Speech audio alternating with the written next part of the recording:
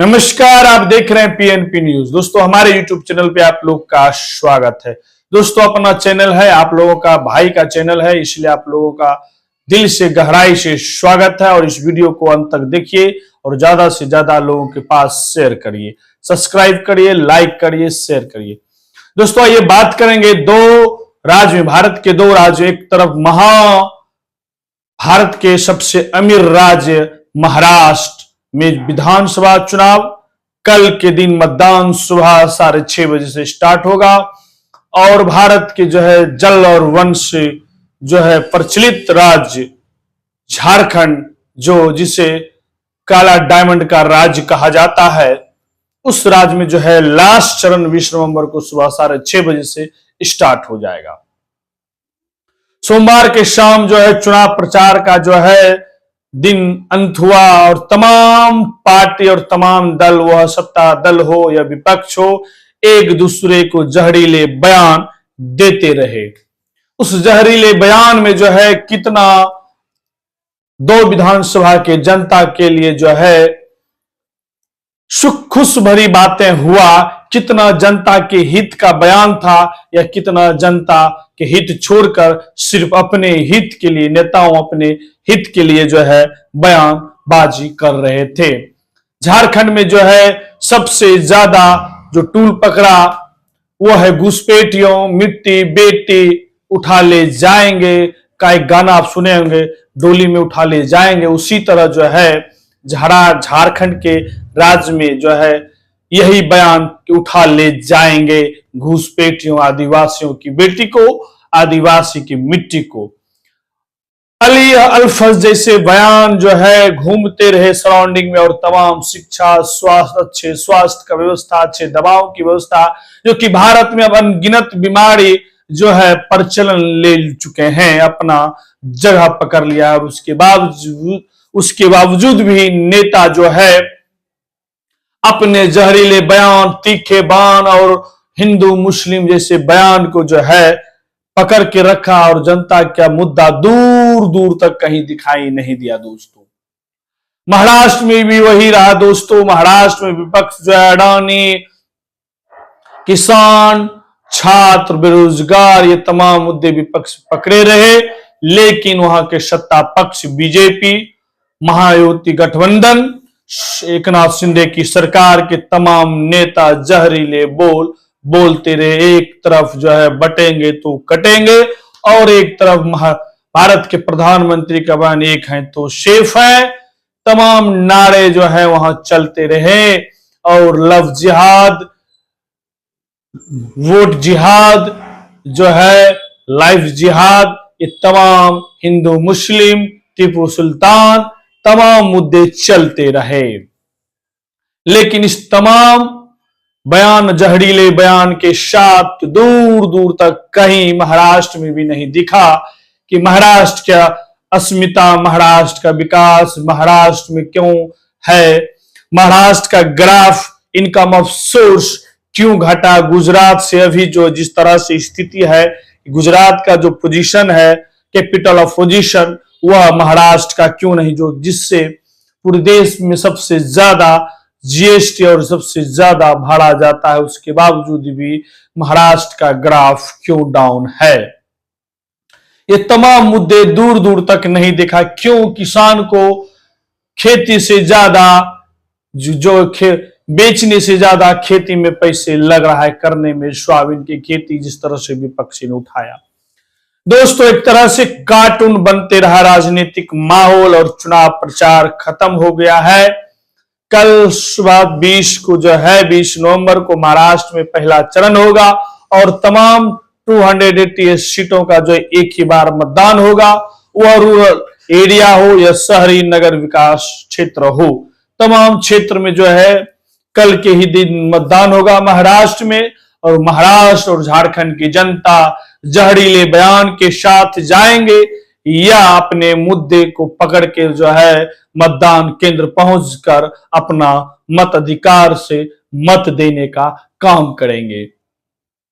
क्या रहेगा? क्या झारखंड में घुसपैठियों का मुद्दा हावी रहेगा? और जिस तरह से अमित शाह ने समझाने का कोशिश किया झारखंड में कि घुसपैठी जो है बॉर्डर से भी नहीं होता है, घुस आता है, घुसपैठी जो है जल नदी के भी रास्ते से आ सकता है। तो ये एक तर्क जो है, बेतुका तर्क देने का जो है नेताओं का अब रह चुका है। जब विपक्ष ने घेरने का कोशिश किया कि झारखंड किस अंतरराष्ट्रीय बॉर्डर से सटा हुआ है, यह बता दे केंद्र सरकार, तो फिर केंद्र सरकार के बड़े चेहरे अमित शाह, जो गृह मंत्री है अभी बिहार भारत सरकार में, होम मिनिस्टर है, जिनके पास तमाम पावर है, वह जो है अपना प्रतिक्रिया इस तरीके से देते हैं कि लगता है कि कोई राजनीतिक ओजन अब नहीं रह गया। वही महाराष्ट्र में भी जो है सिर्फ जिहादें, वोट जिहाद जो है, लाडली योजना दब गया, उसके बाद जो है सिर्फ हिंदू मुस्लिम, हिंदू बटेंगे कटेंगे, सिर्फ योजना चलती रहा। उसी बीच आपने देखा होगा तमाम सोशल मीडिया में कि जिस तरह से राहुल गांधी ने बंबई में प्रेस कॉन्फ्रेंस करते हैं और उसके बाद उस प्रेस कॉन्फ्रेंस में जिस तरह से वो बैंक का तिजोरी टाइप का लेकर आते हैं, उसमें एक है तो सेफ का स्टिकर रहता है और उसके अंदर से 2 स्टिकर निकालते हैं, एक धारावी का और एक अडानी और जो है भारत के प्रधानमंत्री नरेंद्र मोदी का। तो वो डिस्क्राइब करते हैं प्रेस कॉन्फ्रेंस में राहुल गांधी कि एक है तो सेफ है, ये एक है तो सेफ है, और ये देखिए धारावी का प्रोजेक्ट किस तरह से अडानी को दिया गया है। जी हैं, अमित शाह जी हैं, सेफ है तो कौन सेफ है? अडानी जी सेफ हैं। कष्ट किसको होगा? धारावी की जनता को होगा। नुकसान किसका होगा? धारावी की जनता को होगा। जो हिंदुस्तान की स्मॉल और मीडियम इंडस्ट्रीज हैं, जिसका एक चिन्ह धारावी है, उसको एक व्यक्ति के लिए खत्म किया जा रहा है। तो लड़ाई यही है। नारा उन्होंने दिया, हमने आपको समझा दिया। प्रेस कॉन्फ्रेंस में बताया, उसके बाद उसके कटाक्ष में जो है बीजेपी के ही प्रवक्ता हैं संबित पात्रा, और जिस तरह से पोपट का एक पोस्टर दिखाता और एक बेल का, लेकिन बात समझिए बीजेपी को किस तरह की बेल पे अगर रहना वो मुस्लिम साबित नहीं हो सकता है। अगर कहा जाए तो तमाम बड़े चेहरे जिस पे कांग्रेस में था, जिस पे भ्रष्टाचार का आरोप लगा, हजारों हजार करोड़ का, वो नेता आज जिस पे ईडी सीबीआई ने जांच किया, वो आज नेता जो है बीजेपी के साथ है। तो फिर आज मैं बता दूं, केजरीवाल, आम आदमी पार्टी के मनीष सिसोदिया या संजय सिंह, ये तमाम 3 ऐसे बड़े नेता है जो अभी बेल से बाहर है। जिस तरह से सुप्रीम कोर्ट ने ईडी सीबीआई को फटकार भी लगाया, कहा का जिस तरह से कमरा, जिस तरह से झारखंड के हेमंत सोरेन भी आज बाहर है, हाई कोर्ट ने फटकार जिस तरह से लगाया, तो फिर यह अंधेरे में किस पे तीर चला रहे हैं बीजेपी के प्रवक्ता, बतावे क्या सिर्फ एक प्रेस कॉन्फ्रेंस करके बरगलाना? और क्योंकि तमाम नेशनल मीडिया जो गोदी मीडिया बन चुका है, जो तमाम लोग कहते हैं, वो ये सवाल कर भी नहीं सकते हैं कि एक तरफ आपके ही असम के मुख्यमंत्री है हेमंता विश्व शर्मा, उनपे भी तमाम आरोप बीजेपी नहीं लगाया जब वो कांग्रेस के मुख्यमंत्री रहा करते थे। जब जैसे ही बीजेपी में शामिल हुआ, तमाम जो है तमाम चीजें आरोप खंडित हो चुका है। शुभेंदु अधिकारी महाराष्ट्र के जो थे विपक्ष अभी नेता है बीजेपी का, उन पे हजारों करोड़ का जो है आरोप लगा, और वह भी जब बीजेपी में शामिल हुआ तो खत्म हो गया। महाराष्ट्र के तमाम बड़े नेता, अशोक चौहान से लेकर एकनाथ शिंदे हो या अजीत दादा हो, अजीत पवार हो, जिन पे तमाम किसान के जो है सिंचाई का आरोप लगा, वह आज जो है बीजेपी में शामिल है। तो दैट्स मीनिंग ऑफ बीजेपी, किसे अंधेरे में तीर चला रहे हैं और किसे बुर्बक बना रहे हैं जनता को।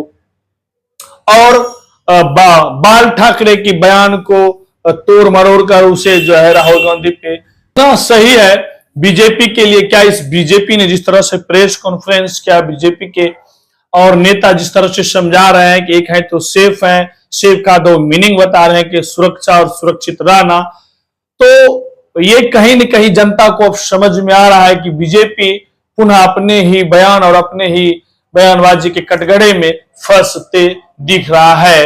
लेकिन देखना है कि कल जनता किस मुद्दे के साथ मतदान केंद्र पहुंचेंगे, और वो झारखंड का हो या महाराष्ट्र का, दोनों विधानसभा झारखंड में लास्ट अब जो है 40+ सीटों पे जो है मतदान होना है, और टोटल सीट महाराष्ट्र में भी मतदान कल सुबह 6:30 बजे होगा। वहां के तमाम जनता, गरीब और अमीर या forward, backward, OBC, SC, ST, तमाम जनता इस बार किसके साथ, झारखंड में इंडिया अलायंस का सरकार है, महाराष्ट्र में महायुति बीजेपी गठबंधन का सरकार है, जिसमें एकनाथ शिंदे मुख्यमंत्री है, जो एकनाथ शिंदे के सबसे बड़ा प्रोजेक्ट लाडली बहन सम्मान योजना है। क्या वो सम्मान से महाराष्ट्र में वह मुद्दे ही प्रभावित तो रहेगा, और जिस तरह से लेकिन उनके सांसद, उनके नेता एकदम फोटो खींच लेना, तमाम जहरीले बयान जनता के बीच परोसा गया, उस जहरीले बयान के साथ ही जनता मतदान केंद्र पहुंचेंगे, या झारखंड में भी तमाम घुसपैठियों, मिट्टी बेटी उठा ले जाएंगे डोली जैसे बयान से ही प्रभावित होंगे जनता, या उस जनता का मुख्य मुद्दे आज भी अच्छे शिक्षा, अच्छे स्वास्थ्य, अच्छे अस्पताल, अच्छे रोजगार, इंडस्ट्रियल तमाम इंफ्रास्ट्रक्चर का बदलाव की बातें होगा, गरीबों की उन्नति की बातें होगा, किसान को जो है किसान की आय की दुगनी की बातें होगा, क्या के युवा की रोजगार की बातें पे ही जनता, ये युवा महिलाएं, और जिस तरह से महिलाओं को सम्मान निधि सम्मान जो मिलता है, पेंशन की बातें होगा, ये तमाम रोटी मकान है, महंगाई है, ये तमाम बातें झारखंड और महाराष्ट्र में ही चलेगा। इस मुद्दे के साथ ही जनता मतदान केंद्र पहुंचेंगे, या जन नेता के जहरीले बयान, हिंदू मुस्लिम जिस तरह से कटाक्ष बटेंगे कटेंगे जैसे नारे पूरे भारत में सर्कुलेट कर गया बांग्लादेश के दंगा के बाद, और जिस तरह से योगी आदित्यनाथ ने वो बयान दिया, क्या इस बयान जहरीले बयान के तहत महाराष्ट्र में जनता या झारखंड की जनता जो है किसको सबक सिखाएंगे, इंडिया अलायंस को या बीजेपी गठबंधन को? ये देखना है। कल के दिन आपको हमारे शाम में जो है पोल का जो है कितना पोलिंग हुआ, और जनता किसके साथ, किसका हवा रहा, किसका उस हवा में पकड़ रहा, किसके बयान के साथ जनता जाने का काम किया, और जनता अपने मुख्य मुद्दे के साथ जो है मतदान केंद्र पहुंचा। क्या बीजेपी जन उद्धार कर रहे हैं? करीब 10 साल केंद्र में सरकार है, तीसरा टर्म है, और तमाम देश में राज्य में रहा, कहीं अब जो है राज्य जो है बीजेपी के हाथों से जा रहा है। जिस तरह से जम्मू कश्मीर में पहली बार हुआ था चुनाव, जम्मू कश्मीर इंडिया अलायंस के पास गया, हरियाणा पुनः जो है बीजेपी के हाथ गया, हरियाणा में भी जहरीले बयान चला, जनता फिर भी हरियाणा का बीजेपी के ही साथ गया। क्या वही पैटर्न ऑफ जो है पॉलिटिक्स जो है आपको मैं बता दूं महाराष्ट्र में या झारखंड में लागू, जिस तरह से बीजेपी ने कहा, जहरीले बयान के साथ विपक्ष को परोसने का काम किया, और जिस तरह से विपक्ष को दिखाया या हिंदू बनाम मुस्लिम बनाया, विपक्ष को जो है मुस्लिम के तरफ के कटघरे में रखा, हिंदू को जो है अपने कटघरे में तमाम SC ST OBC जनरल को एक साथ करके जो है एक हिंदुत्व का चेहरा बनाकर जो है एक मुद्दे बनाकर बीजेपी ने जनता के बीच परोसने का काम किया। ये तमाम बातें क्या जनता का ब्रेन वॉश हो चुका है, या जनता अपने मुख्य मुद्दे अच्छे स्वास्थ्य, अच्छे शिक्षा, रोजगार, किसान की महंगाई, किसान के आय की बातें को लेकर जनता मतदान केंद्र जाएंगे? ये तमाम बातें हम आपके बीच रखा, और जनता इस बार किसके साथ, यह क्वेश्चन आप लोगों के लिए भी रहा, खासकर झारखंड और महाराष्ट्र की जनता के लिए, कि जनता इस बार महाराष्ट्र की जनता जो सबसे अमीर राज्य है, जिससे इकोनॉमी जो है भारत का भी चलता है अच्छे खासे, और खासकर इस करीब 5 साल में झारखंड जिस महाराष्ट्र जो है गुजरात से डाउन हुआ, उसके बाद झारखंड का जो चेंजिंग हुआ है, जिस तरह से झारखंड में मैंने फॉरवर्ड जनता से भी बात किया कि नहीं हेमंत सोरेन का ही सरकार आना चाहिए, क्या वही रिपीट होता है और महाराष्ट्र में क्या बीजेपी ही रिपीट होगा या महाराष्ट्र में बदलाव होगा या झारखंड में भी बदलाव होगा, ये चीजें देखते रहना है हमारे चैनल पे। मैं आपके बीच तमाम बातें रखा। मैं झारखंड और महाराष्ट्र की जनता से पुनः कहूंगा कि आप लोग का क्या मुख्य मुद्दा है और किसके साथ जाते हैं, जहरीले बयान के साथ, अगर हमारी बातों से आप लोग कितना सहमत हैं। जो भी बातें मैंने रखा आप अपना राय प्रतिक्रिया जरूर दीजिएगा। अगर हमारे चैनल पे आप लोग नए बने हैं, सबसे पहले चैनल को सब्सक्राइब करिए, लाइक करिए और शेयर करिए। मैं सब्सक्राइब के बगल में जो है ज्वाइन बटन है, ज्वाइन करिए, मेंबर बनिए। और मैं आपका भाई इंजीनियर दीपक कुमार, धन्यवाद, जय हिंद।